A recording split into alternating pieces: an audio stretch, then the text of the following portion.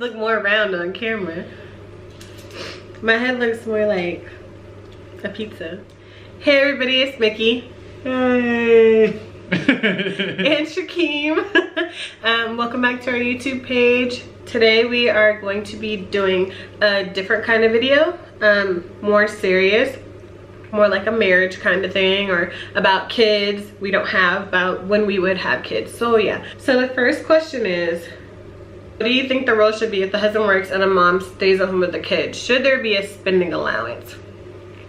So first of all, I don't really like the word spending allowance, because I feel like an allowance is when you have kids and you're like, oh, here you did something good, or here this is what you need. I don't really like the sound of an allowance, but I do think budget, there should be some type of budget. You know, if the husband is going to work all the time and I'm staying at home and I'm watching the kids, I do think there are lots of things that are necessary, obviously, that I'm gonna need for myself and that I'm gonna need for the kids. I always feel that you should always have your own bank account for your spending money that's for fun, and then you should have a joint account for the important things like bills, kids, whatever that may be. So I don't really believe in allowance. So that's, yeah, that's how I feel about that. What about you? For me, I feel that it depends on the situation. Like, there should be an amount that's allowed for spending and stuff like that. But if the spending goes over a certain amount and it's gonna jeopardize the process you guys have for paying bills and taking care of stuff, I think that there should be a limit of what should be spent. Both parties should be able to discuss what is allowed to spend and what's going over, because if bills start rolling back, then you're just gonna be losing money. Then it's just gonna create a whole storm of arguments, and you know how that goes when one person works and the next person's at home. I don't have to explain the rest. Should the husband still contribute to the housework even though he works and the mom is staying at home with the kid? Yes, I do think that the husband should still contribute to the housework even though the mom is at home taking care of the kids. No matter what, it is your household together, and you know, the responsibility should be on both of you guys. If he's going to work and he's working long hours, I'm gonna do as much as I can to take care of my kids and also take care of my household. I don't want him to come into work and be tired and have to worry about all these different things, but at the same time, I wouldn't want him to shun me away and be like, no, this is your job. And I also don't think that he would do that. So no matter what, family is the word. You are a family, you do things together. If I need help, if he needs help, we're gonna get it done together. We're a team. So that's how I feel. I feel that the husband should contribute. What I think is that the word should really throws people off. It's not should. If he can come home and help out, do something, it's better than nothing. So if there's a whole bunch in the house that needs to be done, some bit of work is better than nothing. Like, if you come in, you know, you could just clean the dishes real quick, or you could just throw the clothes in the washer. That's doing something. It's not a should or you need to. So do wherever you can to help the situation, even if it's just putting stuff in the garbage or doing stuff like that. So it's not like a school project where it's like, oh, you take this part of the project, I'm gonna take this part of the project. That's not how it is. You guys had kids together, you guys bought or live in this house together. Everything should be done together. The responsibility should be split. yeah. Okay, I really like this question. Is it different getting married young? Let's just say you're teens. You want to go first? No, you go first. Okay, so getting married in your teens is very, very different.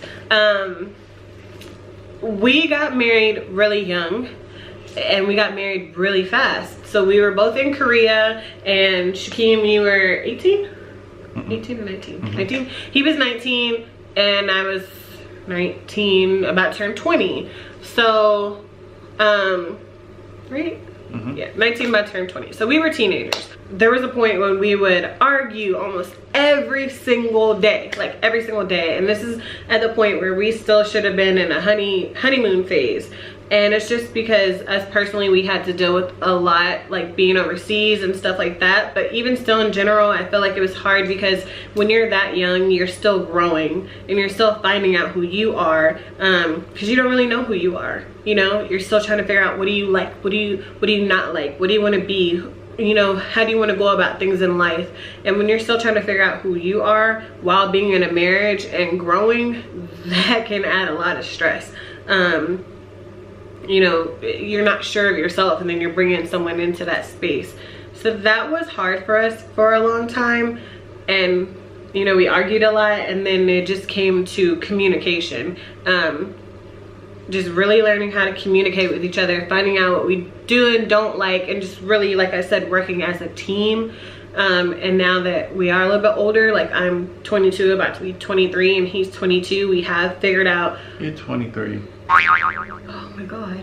I'm 23. That's crazy. Okay, yeah, because I'm 23 and he's 22. I'm about to be 24.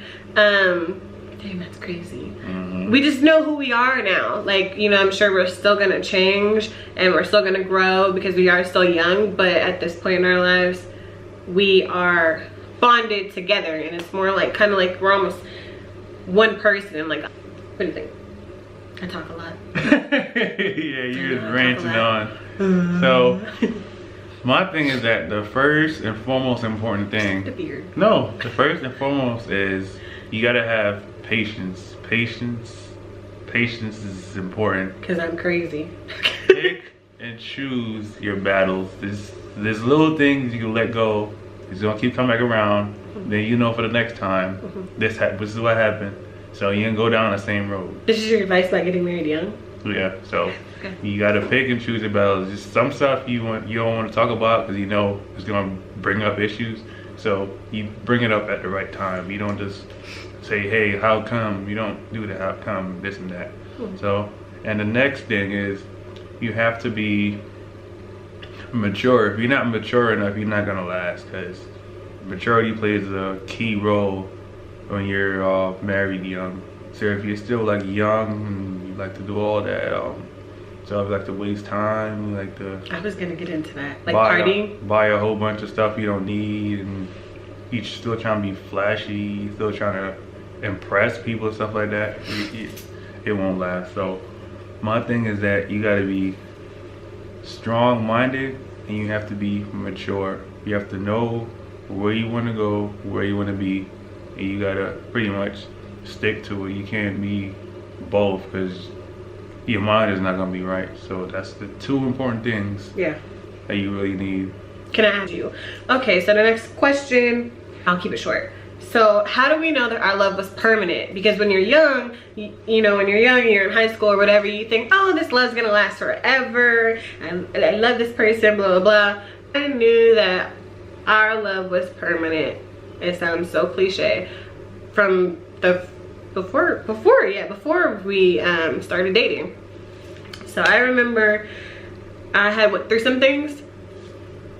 Some very personal things that were very hard to go through, and he was there for me 100%. Like, he was so mature about it, and I remember telling him, like, you're my safe haven, because anything that I was going through, like, literally I remember I would go somewhere and do some things, and I would just want to leave, and I would call him and be like, I'm on my way in the cab, and I would literally run to him, run in his arms, and I would feel safe.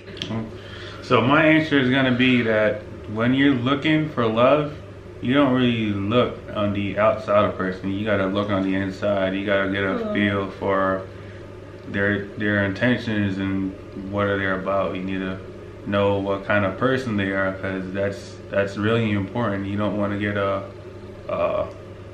black heart person. That's gonna make me cry. To be around, so deep. Yeah, you don't want to be around a person that's like not good for you, because you can feel when somebody is not good for you. You can feel when somebody's spirit is just not for you. So when you try to force your way into somebody that doesn't have the same feel, then you know that, and that doesn't last. So my thing is that when you're trying to find love, make sure that you get a connection. Make sure the connection is there. You don't force your way onto somebody or force anything. It should come naturally. Like, your soul is gonna say, yes, this is the person that's gonna be with me until the end, and that way you'll know. So you look for how they are as a person, how they talk to people, that's important, how they treat other people, and just their heart. You can tell. And you can tell when the love is there on the inside, then everything will naturally fall into place. I didn't do any of this. This just happened. Like, literally, I told her that it just happened. I didn't force anything. I never thought I'd get that far. To you, you don't have to chase anything. If it's meant to be, it's meant to be. It's meant to be. Yeah. And that's what happened. We'll get to the last question. Yeah. When we do have kids, how would we want our kids to be in this generation, and what would we tell them about the world? Was the one thing we would tell them. If I had kids in this generation, looking back, I would just really want to tell them, be fearless, don't be afraid to do anything. I know when I was younger, there were things I was afraid to do, like cut my hair or just whatever, because I was so worried about what people wanted to do. In this day, in this generation, I would want my kids to be the complete opposite of what everybody else is. Like, if they want to go to school abroad and go travel, go do that. Do whatever you want. I'm gonna be there to support you as long as you're being positive. Like, I wasn't sheltered, but me growing up in Vegas, like, I had never been anywhere else, and I didn't learn those things until after I grew up, that there's so much more to the world than I thought. And I would just want my kid to experience those things early, because I feel like they shape you and they mold you when you see different parts of the world, or when you're around a big diverse group of people. Do whatever you want, don't be afraid. What I think is that empty barrels make the most noise. So what that means is that these people that's always trying to be in your ear, always trying to tell you, oh, you can't do this, you can't do that, oh, I'm better than you, oh, I'll do this and better. People never want to see you do as good as them, but they for damn sure don't want to see you do better than them. If you're better than them, all sorts of hate is gonna come by, all sorts of comments, all sorts of attention, all of that, all sorts of fake people is gonna want to be around you just to see what you're up to, just to be nosy, just to know what you're up to, and then they'll do all sorts of, oh, I could have done this better, oh, I could have done that better, oh, I'm better than him, I know I could do better than that. But if you stay cool, observant, and you stay level-headed, don't care what anybody think of you, you just stay on your grind and just keep doing what you need to do to make sure that you're beneficial and your family's beneficial. Don't do anything that's gonna waste your time or waste anybody's time, because at the end of the day, guess who's gonna be on top? You are. So people that don't want you on top, they'll say whatever they want to make sure that you stay at the same level as them and below them. If you're above them, they're not, and nobody's gonna cheer you on if you're doing better. Come think about it. They're not gonna be, hey, yeah, you're doing except for me, because that's just how I am. Yeah, except for her. But other people, hey, yeah, you're doing better than me, making more money than I am, you're smarter than I am. They're not gonna say that. They're gonna be like, oh, you're stupid, or you don't know how to do that, or you can't read, and none of that. Society doesn't want you to do better than what they think you can do. Yeah. So that's my main thing. Society always wants you to be below them or equal to them, not better than what they're doing. So they do all in their mind, say whatever they can to keep you underground, because once we figure out what we really are and we come up on top, then it creates concern. Everybody just want to shoot you down real quick. They don't want to see you have any power or any type of intelligent mindset at all, because once that's ground put, then all of a sudden now you take flight. Yeah, you take flight. That's it.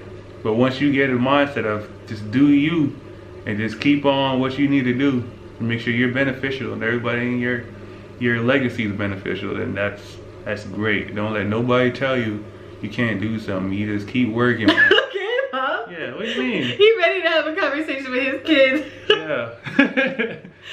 Alright guys, so that's all? Yeah. So we hope you guys enjoyed this. It was a little more serious, more videos like this, just let us know. and like, share, subscribe, and we hope all you guys have a beautiful, blessed day. I like speaking to the youngins.